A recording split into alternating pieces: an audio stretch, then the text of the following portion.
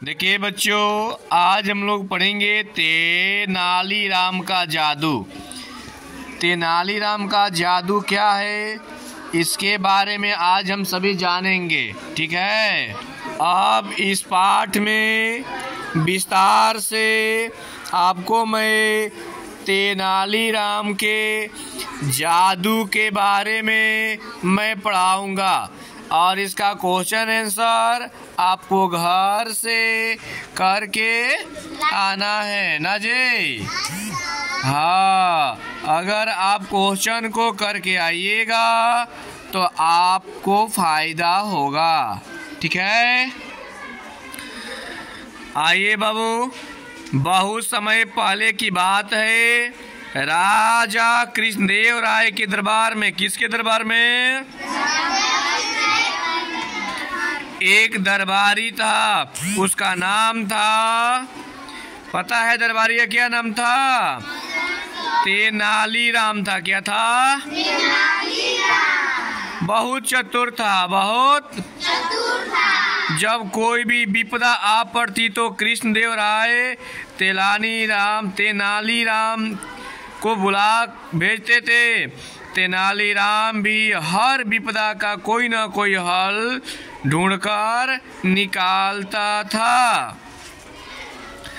कोई चतुर व्यक्ति होता है तो कोई सलाह उसन ले देता है जी। हाँ, एक बार कृष्णदेव राय ने कुछ अतिथियों को भोजन पर बुलाया। किसको बुलाया? अतिथियों को भोजन पर बुलाया। सबके सामने सोने की थाली रख दी। किसकी थाली? सोने की।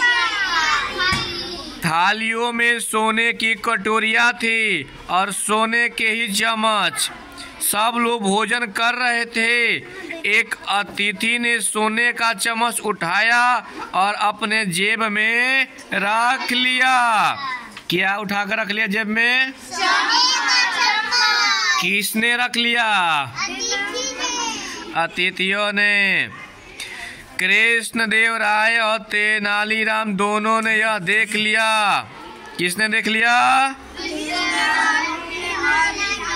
कृष्णदेव राय ने तेनालीराम को आंख से इशारा किया। क्या किया? इशारा किया। तेनालीराम समझ गया कि अतिथि का अपमान नहीं करना है, किंतु चम्मच भी निकलवाना है। अतिथि का अपमान नहीं करना चाहिए, लेकिन जो अतिथि चम्मच चुराए हैं उस चम्मच को उनसे निकलवा भी लेना है। उनको बुरा भी नहीं लगे और चम्मच भी, कहा जाता है ना कि लाठी भी न टूटे और सांप भी मर जाए, होता है ना। तेनालीराम समझ गया कि अतिथि का अपमान नहीं करना है, किंतु चम्मच भी निकलवाना है। क्या निकलवाना है? चम्मच भी निकलवाना है, नहीं तो अतिथि का क्या होगा? अपमान हो जाएगा। भोजन समाप्त हुआ। तेनालीराम अपने स्थान पर खड़े हुए और बोले, माननीय अतिथियों, अब आपके मनोरंजन के लिए मैं आपके सामने जादू का एक खेल दिखाऊंगा। किसका खेल दिखाऊंगा? जादू का। सबने स्वागत में तालियां बजाए। तेनालीराम ने अपने सामने रखा हुआ सोने का चम्मच उठाया और उसे ऊंचे स्वर में बोले, देखिए यह चम्मच है, सोने का चम्मच है, यह सोने का चम्मच है ना। देखिए सोने का यह चम्मच है, मैंने अपने ही जेब में रख लिया हूँ। आप सबने देखा है ना, मैं इस चम्मच को अपने जेब में। सब लोगों ने सिर हिलाकर कहा हाँ हाँ हाँ कहा।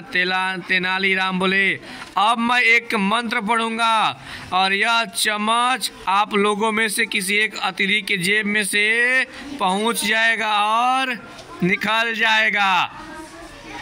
और उसने अतिथियों को कहा कि अब आपके किसी न किसी के जेब में से चम्मच निकल जाएगा। मैं मंत्र पढ़ता हूँ। यह कहकर तेनालीराम ने आंखें बंद की और मुंह ही में कुछ बुदबुदाने लगा, कुछ बुदबुदा रहा था। और मानो मंत्र पढ़ रहा है। सब लोगों को लग रहा है कि वह मंत्र पढ़ रहा है।